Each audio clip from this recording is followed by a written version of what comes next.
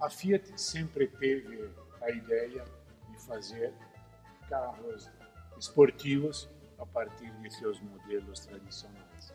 Essa, por exemplo, é a Fiat 1500, motor de 4 cilindros de 72 cavalos, na época garantia 160 por hora, na época falo de 1963, uma velocidade bem interessante. Como também era interessante essa Fiat herdada da 1100, sua versão esportiva, 1100 TV, em que a sigla TV significava turismo veloz, turismo veloce, um belo coupé, 2 lugares, motor de 1089 centímetros cúbicos, 1.1 podemos dizer, câmbio na direção, ainda como se usava naquele tempo, top speed, velocidade máxima de 143 km por hora. Isso em 1953, 10 anos antes da 1500. E depois chegamos às versões mais robustas, se assim podemos dizer, do carro com tendência esportiva, a Fiat 2400 Nino, na versão Coupé e na versão Spider.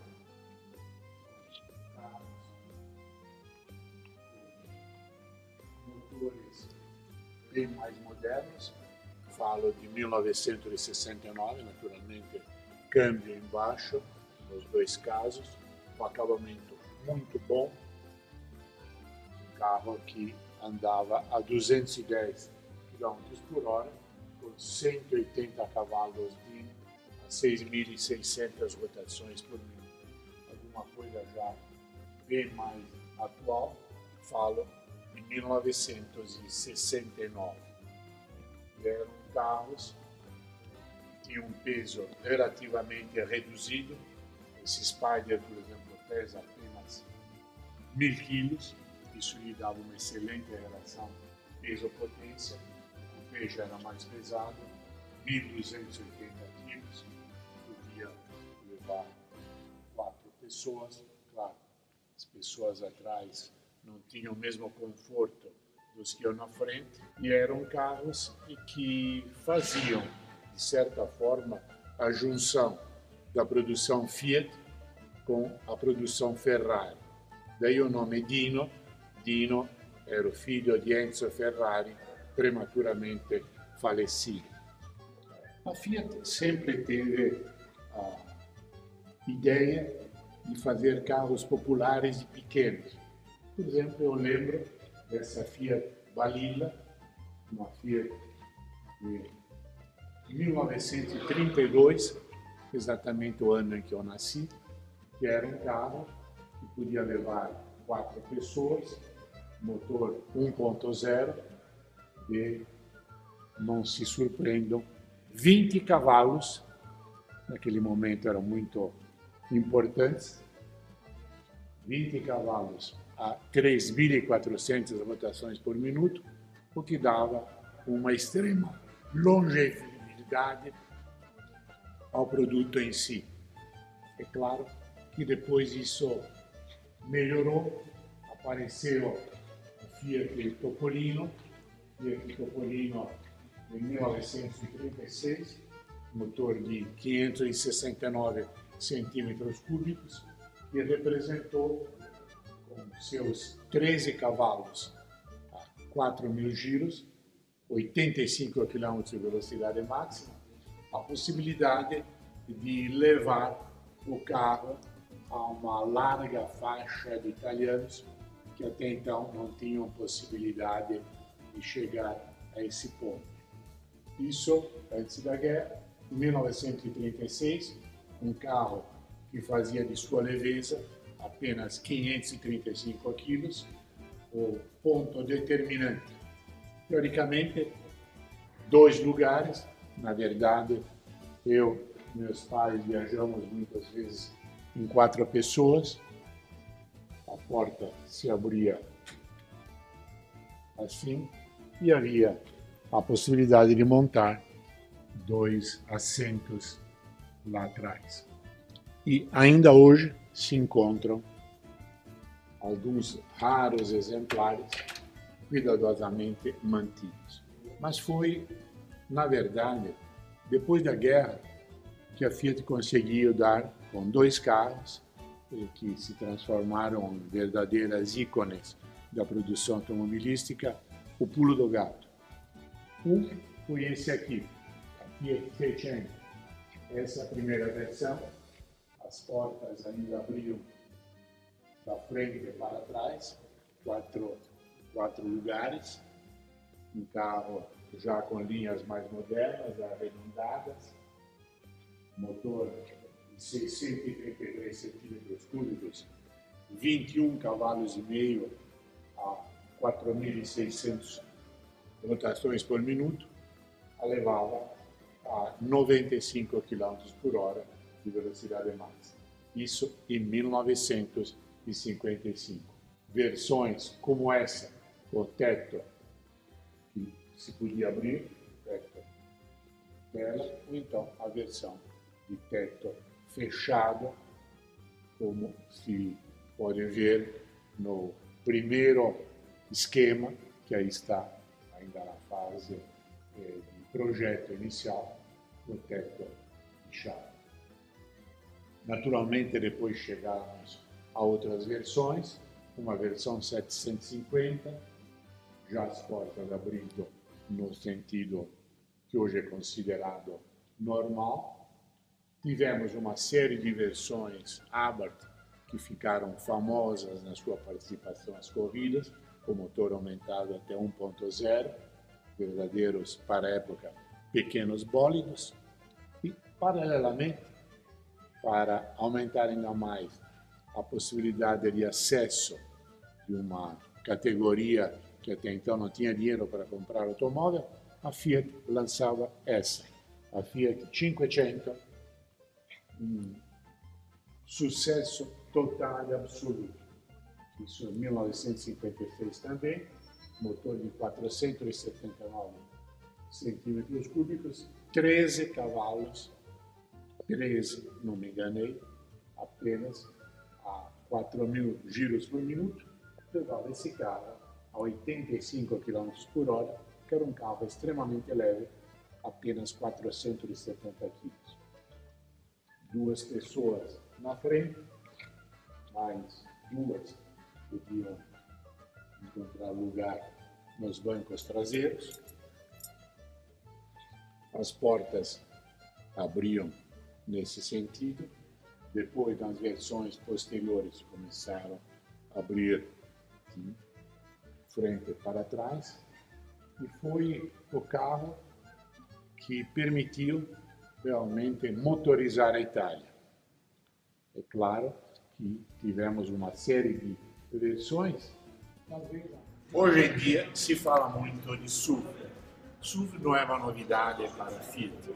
Essa Fiat múltipla, 1966, na segunda série, mas ela já tinha sido apresentada um pouco antes, levava 6 pessoas e menos de 3,5 metros de comprimento.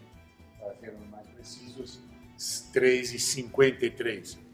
E os levava com motor de 767 centímetros cúbicos, que a 4.600 rotações por minuto fornecia nada menos que 32 cavalos. 32 cavalos que levavam esse SUV a 95 km por hora. 6 lugares, 2 na frente, 2 no meio, 2 atrás e ainda um pequeno espaço para eventual bagagem. Faziam disso um SUV, naquela época, um SUV que pesava apenas 920 quilos e que teve grande sucesso sob todos os aspectos, tanto para uso particular como para uso comercial, de pequenos artesãos, enfim, uma série de transformações foram feitas a partir dessa base. Mas é claro que se havia esse sentido de interesse por carros populares, havia também a busca de outros dois setores, o de carros médios e o de carros de luxo. De carros médios, famosa a Fiat 124.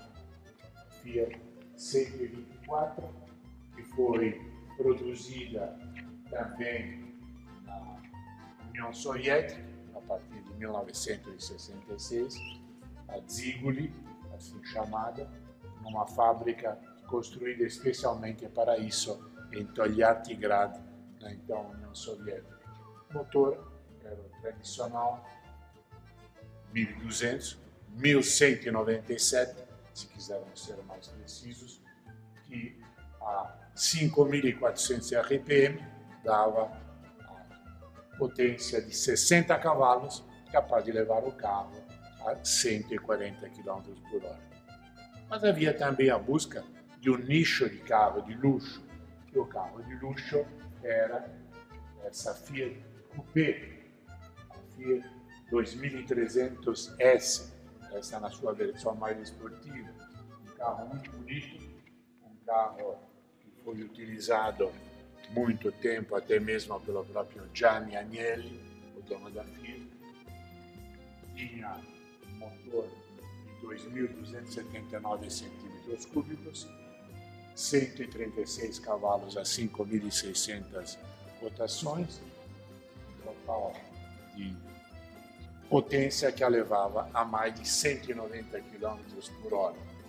Era um carro de 1961, que completava aquilo que nós falávamos antes da 1100 TV e da 1500.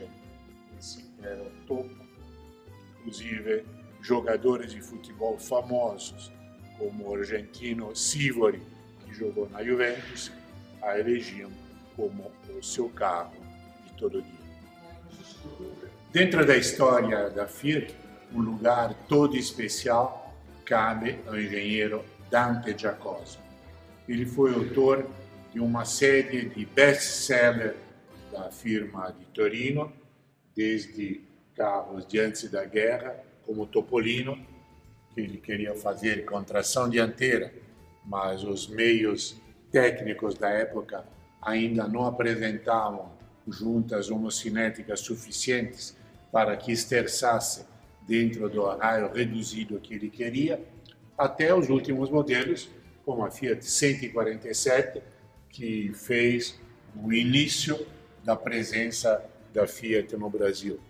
E no meio disso, uma série de outros carros, a Fiat 124, a Fiat 128, o Coupé Dino, a Fiat 850 e talvez um dos maiores sucessos em significado absoluto, a simpática 500, que ainda hoje é um ícone dentro do panorama automobilístico mundial e que reviveu com a atual 500 feita pela Fiat. Esse era o escritório dele, mantido como originariamente, para a lembrança de Dante Giacosa, esse engenheiro que nasceu em 1905, faleceu em 1996, aos 91 anos, após uma vida cheia de êxitos e de sucessos. Esse foi um dos primeiros projetos da Fiat 500, ainda em madeira, como se pode observar, para depois daqui sairmos para a definição do carro, que foi um dos grandes êxitos em toda a história da Fiat.